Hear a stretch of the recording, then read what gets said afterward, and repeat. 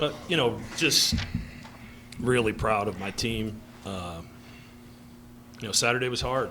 It was exciting for you fans, but it was hard on our guys. Physically, emotionally, and then to play our third game in 7 days with the first two, both being on the East Coast. That's tough stuff. And Xavier obviously, they won at Providence by 20. They won at home against Seton Hall by 20.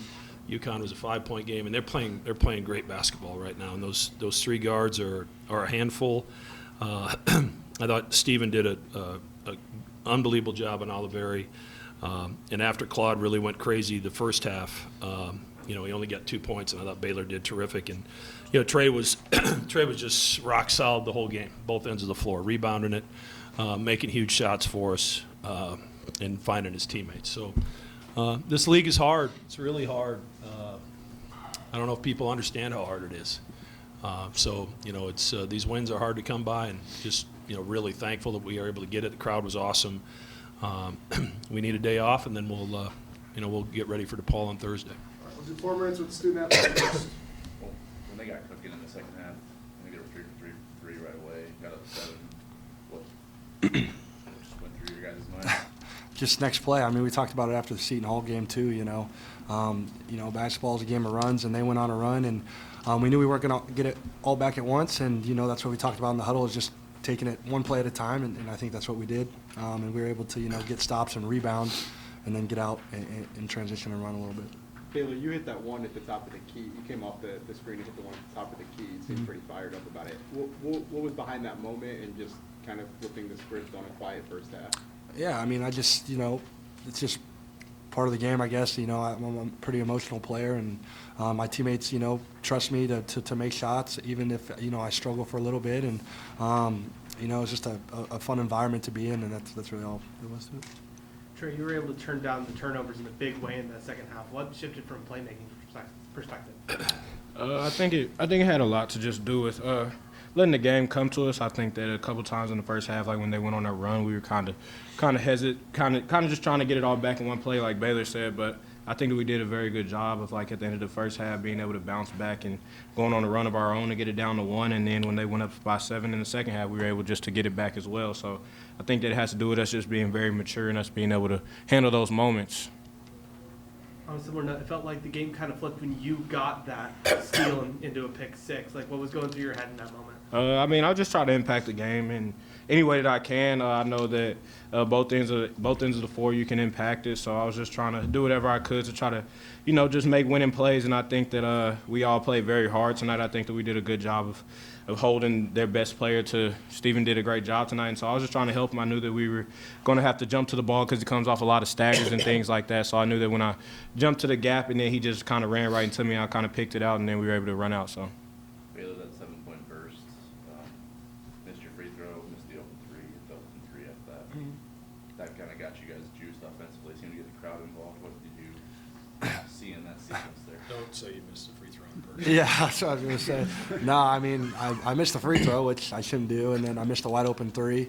And, Trey caught the ball at the top of the key, and, he probably could have shot it, but he saw me on the wing kind of open. And, that just speaks to the selflessness of the team because, obviously, I missed the last 2 shots, and Trey had the confidence to swing it to me on the wing and was able to knock it down. And it's just nice to see one go in. What goes through your mind when you miss a free throw and smoke a 3 with, 5 seconds, and then you get the ball in your hands again and shoot another? If I'm open, I'm going to shoot it again. I mean, I don't really second guess. I put in a lot of time, trust in my work, and like I said, my teammates and my coaches trust me, and they let it fly if you're open, and I was open again. So. Trey, it seemed like you over the past month, but especially early tonight, you at will got to your spot. What type of rhythm are you in that aspect right now? Yeah, I mean, it comes a lot with balance. I think that that's one of the things I've kind of been able to do this year is kind of being able to slow down and get to my spots and knowing what spots I like to get to, especially going right. So I think that this year being able to just get to those spots and trusting like Baylor said, trusting the work. I think that I was able to get a lot stronger and a little faster over this summer. So I just kind of used that to be able to, whether it be bump somebody and then be able to shoot over the top, or just being able to beat somebody to a spot and just being able to rise up over them. So it has a lot to just do with different manipulations in the ball screen. So Thanks, guys. Yep.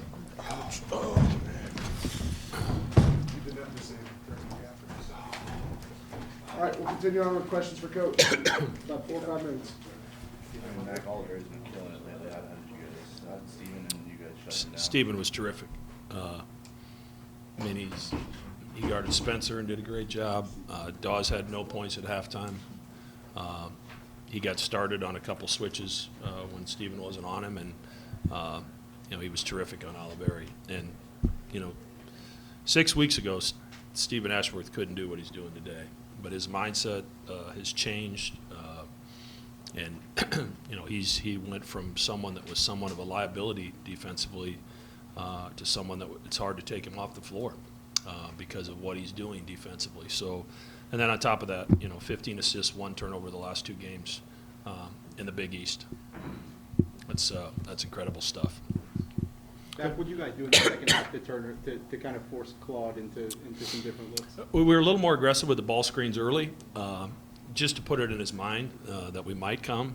And I just thought, Baylor took a couple chances the first half. He fouled him on a 3, went for a steal, gave up a layup. That was 5 of the 18. But I thought Baylor's physicality was really good. Made it really, really tough on him. And, we had to try to slow him down and not let anybody else get going. But, Trey Green and Oliveri are the 2 guys that are their best 3-point shooters, and they go 2 for 6 tonight. So it's not just that they didn't make many; they didn't get many clean looks, which is a credit to our guys and their preparation. How are you able to stagnate their offense, held them to only 5 assists on the night? Yeah, I mean, we turned them into 2-point shooters a lot, and to their credit, they made a lot of them. Especially, McKnight was, he made some rainbows in there that were difficult shots. One of them was off the glass, and the numbers, analytically, those are the shots we want teams to take. To their credit, they were able to make some tonight. But defensively, they've been scoring 87, 88 points a game in the league, and 78 points seems like a lot, but I felt like for the most part, we defended them pretty well. They were beating you guys up on the offensive glass midway through the second half. How are you guys able to win a lot more of those 50-50 balls? Yeah, and in some of them we ended up in switches where Kalk challenged the shooter, and then we had a mismatch down there. And, as you know, like physically, we're going to lose some battles from a physicality standpoint. And I thought we kept fighting. I thought Mason went and got one in traffic that was really important. Kalk got one. Trey went and got one in the guts of the game. But, fast break points, they've been one of the most efficient teams in the first 6 seconds in the shot clock of anybody in the country. And the fast break points were 12 to 11. And that's something that, we were only on the floor an hour the last 2 days because of what transpired Saturday. So for our guys to be able to put our transition defense together the way they did and keep their transition game in check when they're, we're running on fumes is a credit to our guys. 2 left, 2 more. You said what there is to be said about Baylor and Trey, obviously, but when you see them just be dudes down the stretch and just put the team on the back and make big plays one after the other, get you guys over the hump with what's going through. I mean, they're just the game slows down for them. I mean, they're really, really talented players, and the guys around them. Kalk, he had 16 and 9, and nobody's asked a question about how well he did. But he didn't have 7 blocks tonight, so he wasn't great.